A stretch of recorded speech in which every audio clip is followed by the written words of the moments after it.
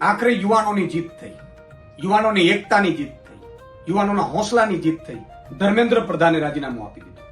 નીટની પરીક્ષા લીક થાય છે, આ મામલા ઉપર ટિપ્પણીઓ ચાલે છે અને આખરે કોકરોચ જનતા પાર્ટી અભિજીત દીપકે બનાવી અને એમાં કરોડો લોકો જોડાયા.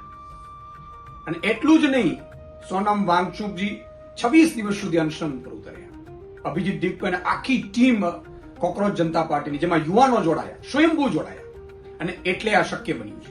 બીજી પાર્ટીઓએ પણ પોતપોતાની રીતે વિપક્ષની ભૂમિકા ભજવી છે. સૌને અભિનંદન.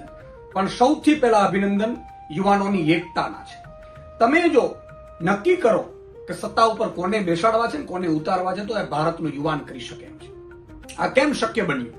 મિત્રો, પોલિટિકલ પાર્ટીઓ કદાચ વિરોધ કરે ને તો એના નેતાઓને ડિટેન કરી લેવામાં આવે અથવા તો તેને ઘરથી નીકળવા ન દેવામાં આવે, આવું થાય. પણ જ્યારે આખી યુવા ટીમ જ્યારે બહાર આવે, 20 કરોડ યુવાઓ પોતપોતાના વિસ્તારમાં નીકળી જાય, એ પછી જજના દીકરા દીકરી હોય, નેતાના દીકરા દીકરી હોય, અધિકારીઓના દીકરા દીકરી હોય, આઈએસ આઈપીએસ ના દીકરા દીકરી હોય, અને બધા લોકો જયારે નીકળી પડ્યા, પોતપોતાની રીતે નીકળી પડ્યા. ફિલ્મના કેરેક્ટરો પણ ઘણા બધા એક્ટર્સ એક્ટ્રેસે ખૂબ બધો સહયોગ આપ્યો, સામાજિક સંગઠનોએ આપ્યો. આ સ્વયંભૂ આંદોલન હતું અને એ આંદોલનમાં યુવાનોની જીત થઈ, યુવાનોની એકતાની જીત થઈને આગળ ધર્મેન્દ્ર પ્રધાને રાજીનામું આપવું પડ્યું. અને એટલા માટે જ મિત્રો કહીએ છીએ, એક બનો, એકતા દેખાડો. પાર્ટી પોલિટિક્સ કોણ છે સામે, ફલાણી દીકરી, અને યુવાનો ઉપર પણ ઘણા બધા આક્ષેપો કરવામાં આવ્યા છે. વિદેશથી ફંડ આવે છે, અહીંથી ફંડ આવે છે, આ તો ચીનના એજન્ટ છે.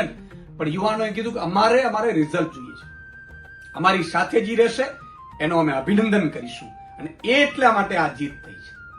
કોઈ પણ ચાલ ભાજપની ચાલી નહીં. આક્ષેપો પ્રતિ આક્ષેપો ખૂબ કર્યા, પણ યુવાનો એક રહ્યા. યુવાનોએ એક નક્કી કર્યું હતું અને અંત સુધી રાજીનામાથી ઓછું કશું જ નહીં અને એના ઉપર અડગ રહ્યા. અને આખી જેનજી જોડાઈ ગઈ. આ જેનજીની જીત છે. અને એટલે કહું છું, જેનજી બધું કરી શકે છે.